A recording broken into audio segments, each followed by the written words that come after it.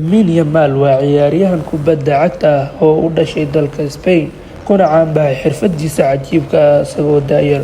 Waxa uu hadda u ciyaaraa kooxda FC Barcelona iyo xulka qaranka Spain, isagoo si degdeg ah uga soo muuqday masraxa kubadda cagta caalamiga ah. Assalaamu calaykum, kulanti wacan oo wanaagsan daawadayaal.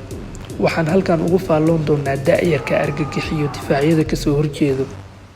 libaax leerta jiifa lug yaroo dhaqdhaqaaqda laacib aan leexleexan gees yaroo dahab ah magaciisu waa Lamine Yamal.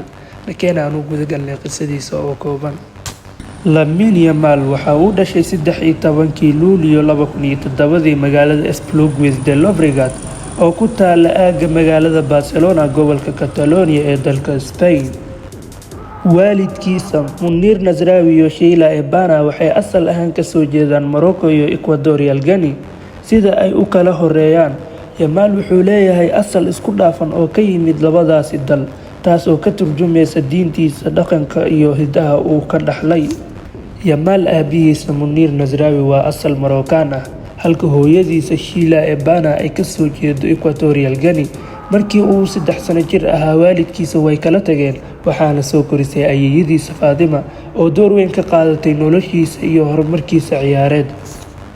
Fatima waxay u guurtay Spain 1990 waxayna degan tahay xaafadda Rocafonda ee magaalada Mataro, halkaas oo Yamal uu ku barbaaray.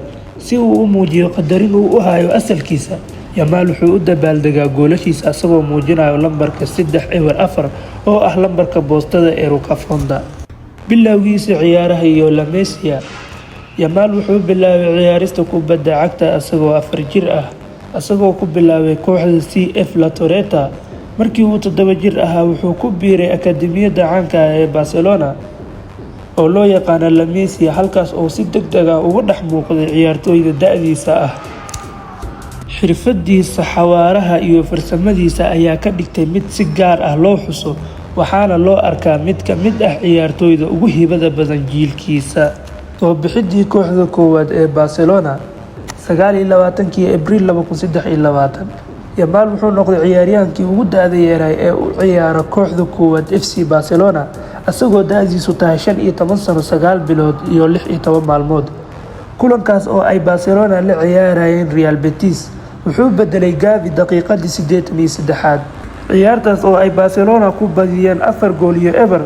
tan iyo markaas, Yamal wuxuu si joogto ah ugu mid noqday kooxda koowaad, asagoo ciyaaray 106 kulan, dhaliyay 25 gool, eena caawiyay 34 gool oo kale. wuxuu ka caawiyay Barcelona inay ku guuleysato 2 horyaal La Liga, Copa del Rey iyo Spanish Super Cup. guulaha xulka qaranka Spain 8 Sebtembar 2023, Yamal wuxuu noqday ciyaaryahankii ugu da'da yaraa ee u ciyaara xulka qaranka Spain, asagoo da'diisu tahay 16 sano iyo 17 maalmood. wuxuuna isla kulankaasi dhaliyay gool, taasoo ka dhigtay ciyaaryahankii ugu da'da yaraa ee Spain gool u dhaliya. intii lagu jiray Euro 2024, Yamal wuxuu noqday ciyaaryahankii ugu da'da yaraa ee ka qayb gala tartankaasi, asagoo da'diisu tahay 16 sano 338 maalmood. wuxuu sidoo kale noqday ciyaaryahankii ugu da'da yaraa ee gool ka dhaliyo tartankaas, asagoo dhaliyay gool muhiim ah kulankii semi-finalka Faransa, taasoo ka caawisay Spain inay gaarto finalka eena ay qaadaan. Tani waxay ka dhigaysaa mid ka mid ah ciyaartooyda ugu guulaha badan da'diisa, ayadoo la saadaalinayo mustaqbalka ifaya uu ku yeelan doono kubadda cagta caalamka.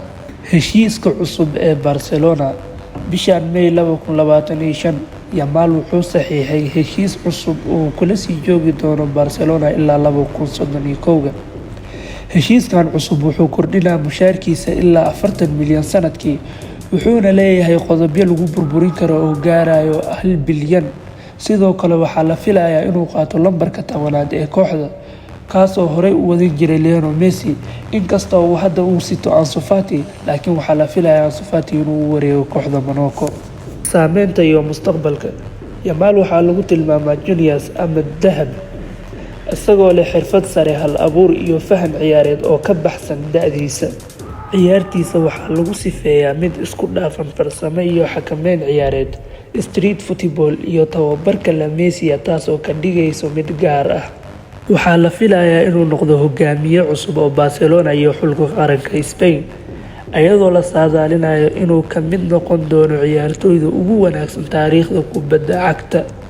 Intaas ayay nooga egtahay qisadiisa, waana ku mahadsantahay daawashadaada. Fadlan subscribe iyo like noo saar.